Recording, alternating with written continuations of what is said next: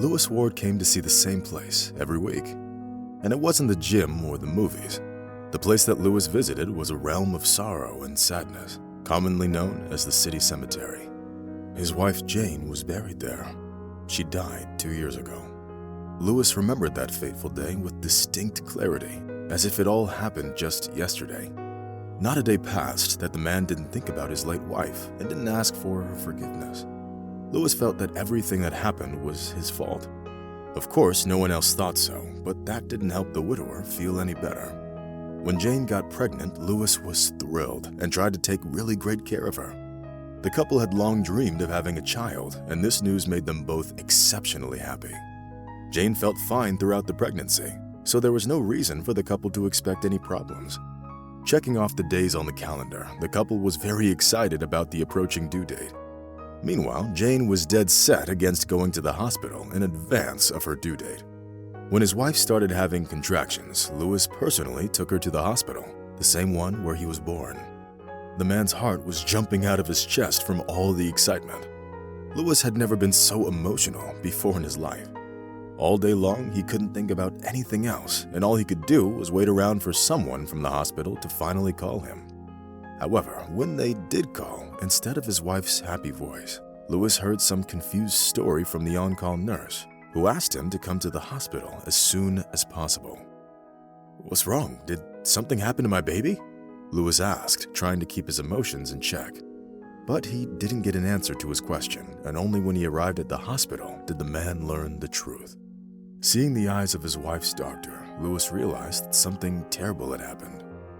"Mr. Ward, sir, we're truly sorry, but we did everything that we could," the doctor began. "What are you talking about? Did something happen to my baby?" Lewis exclaimed. But what the doctor said plunged the man into a state of profound shock. As it turned out, the baby was doing fine, but Lewis's wife died due to complications during labor. The doctor kept talking for a long time, trying to explain all that went wrong and how they ended up having to do an emergency C-section. Unfortunately, the woman also turned out to have poor blood clotting, which ultimately led to the tragic consequences. Lewis could barely remember what happened next. At that moment, the man felt that he was stuck in some kind of a nightmare. He felt like all he needed to do to make it go away was open his eyes and everything would be fine. The man went out onto the street, his legs unsteady, and sat down on a bench. That day, Lewis cried for what felt like the first time in his adult life. The nurses understood the depths of the man's grief and tried to stay calm for him, giving the man space to come to terms with the news he just got.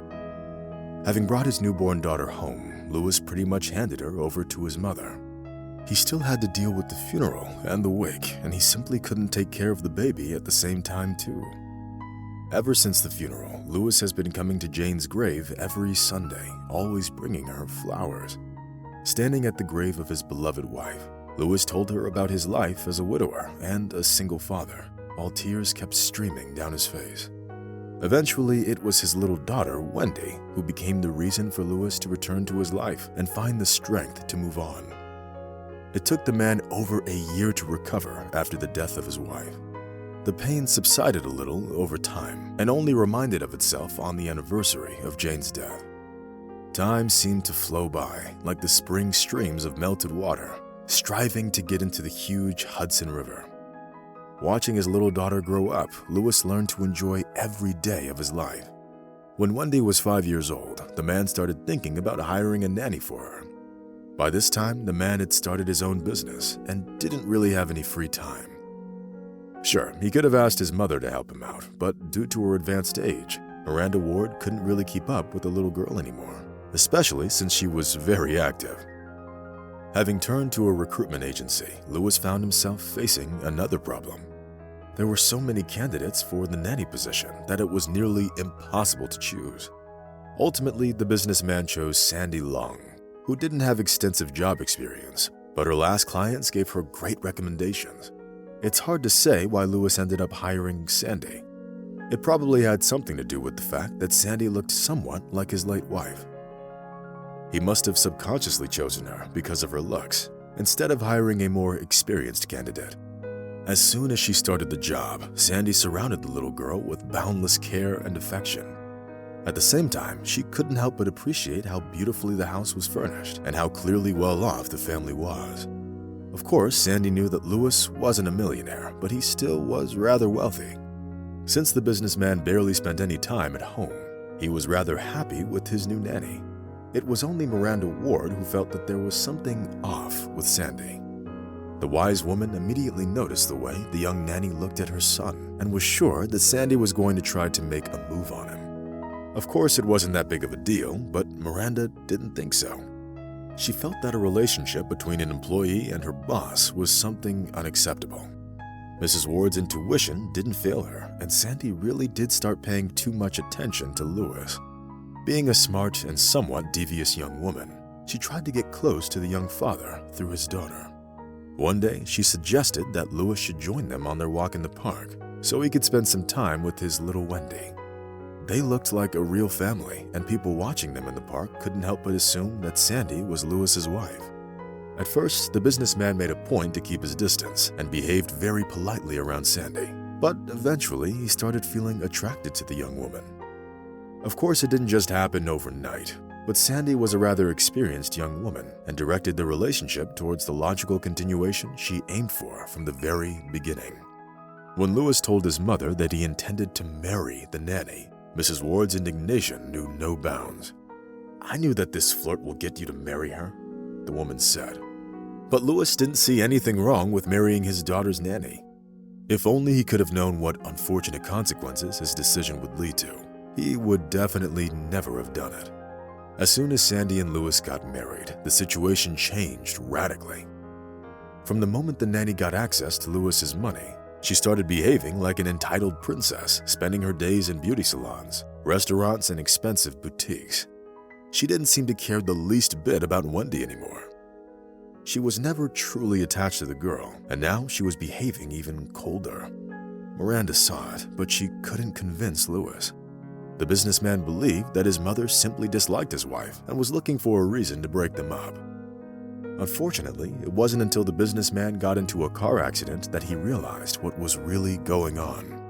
Even though the businessman didn't cause the accident, he got hit the worst. Lewis was unconscious for 3 days, and when he finally came to his senses, the first person next to him was his mother. Sandy, on the other hand, didn't even bother to visit her husband, who had been balancing on the brink of death all this time. "What happened to me? Will I be able to walk?" Lewis asked anxiously. Miranda Ward hesitated for a moment, which gave the man reason to make his own devastating conclusions. Lewis guessed that he'd suffered a spinal injury. The businessman read it on the concerned faces of his doctors, who went in and out of his room trying to avoid eye contact with the worried patient. It was only on the 6th day at the hospital that Sandy finally found the time to visit her husband. Lewis didn't know what she was doing that could be so important that she couldn't even find time to come see her sick husband. The most shocking part for the man, however, was the fact that the doctors couldn't give him a definitive answer as to whether he'd be able to walk again or not. With this kind of injury, you need 2 things, time and physical therapy, said the elderly trauma surgeon. But Lewis already knew that they wouldn't be able to help him in this hospital. At moments like these, nothing could be more important than the support of a loving family. But unfortunately, Sandy didn't seem to care the least bit about Lewis. Frankly speaking, she did make a couple of attempts to help her husband at first. But then she came up with a very strange offer. She suggested that she would take over the business so that her husband would have time to recover. Given Lewis's position, he didn't really have a choice but to accept her proposal.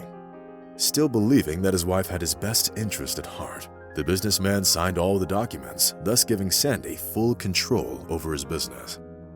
That seemed to be the last straw. Sandy's behavior had changed beyond recognition. Sandy clearly didn't like Lewis's daughter before, but now she seemed to hate her, and she didn't even bother hiding it. Due to her advanced age and a bunch of chronic health problems, Miranda Ward couldn't handle taking care of her son and little granddaughter at the same time. The poor elderly woman was trying to divide her time between the hospital and home, where the mischievous little girl was waiting for her. Since Lewis was now wheelchair-bound, he decided that he needed to hire a nurse to help him around the house. In fact, it didn't even have to be a nurse, just someone who could help him take care of himself and the house. Naomi Griffin came from a small town and was happy to take on the job. She turned out to be the exact opposite of Sandy and was ready to immediately fulfill any of the man's requests. Moreover, Mrs. Ward immediately took a liking to Naomi because she seemed a bit like her late daughter-in-law. She was a kind and hardworking woman who volunteered to spend time with Wendy and help her get ready for school. Also, Naomi helped Louis with his physical therapy. Unfortunately, the businessman didn't really believe that it could help and thus refused to do the exercises prescribed by the doctor. Naomi seemed to be the only one to realize how big of a mistake it was. She once read about a man with a broken spine who eventually managed to get up on his feet by strengthening his back muscles. None of this went unnoticed by Sandy, who started perceiving Naomi as her rival. By that time, she was already having an affair with the young man who wanted to get his hands on Louis's firm. The insidious couple saw Louis's business as access to easy money, while it was the only source of income for the sick man. Sandy made several attempts to get rid of her competition, but they all failed since Mrs. Ward and Wendy were on Naomi's side, as they both grew to love the caregiver. Since the little girl never knew her own mother, she soon started treating Naomi as such. That was when Sandy came up with a very risky idea. Although, in all fairness, it's worth mentioning that it was her lover who actually devised this plan. The man seemed to have rather extensive knowledge in all things shady. I went to a very interesting place yesterday. There's this psychic from Colombia. She rents out a house there, and she has all kinds of herbs that can even kill a person. And what's best is that they don't leave a trace, Brandon said, as if by the way. Sandy immediately realized what her boyfriend was hinting at. She saw that as an opportunity to get rid of her husband, who she was rather tired of. Sandy understood all too well that if Louis were to recover, there would be no way for her to get her hands on the firm. Moreover, if some details of her personal life were to come to light, her dreams of a rich life would be shattered. The next day, Brandon brought her the potion he got from the psychic. At that point, Sandy had already made up her mind and wasn't going to waver. Having chosen what she thought was the right moment, Sandy poured the contents of the vial into a cup of tea, after which she graciously offered it to Louis. The unsuspecting businessman had already brought the cup to his mouth when his little daughter suddenly said, "Don't drink it, Daddy." Louis set the cup aside in surprise and looked at his daughter. "What's the matter, honey? Why don't you want me to drink my tea?" "Sandy put something in your cup. I saw her do it. Please don't drink it, Daddy. It's poisoned," the girl exclaimed. Louis looked at his wife and switched their cups, taking her cup instead. Sandy turned pale. Then Wendy pointed her finger at Sandy's pocket. Sandy tried to turn it into a joke, but it was too late. Louis understood everything without words. Having learned what had just happened, Miranda Ward called the police. The law enforcement officers immediately confiscated the vial with the remains of the toxic substance. Under the pressure of irrefutable evidence, Sandy quickly confessed and gave up her accomplice. Now the unfortunate lovers were waiting for the trial, which would definitely result in them both getting a prison sentence. As for Louis, he started getting better, mostly thanks to Wendy and Naomi, who quickly became like real family to the man. The businessman was confident that Naomi was sent to him from heaven.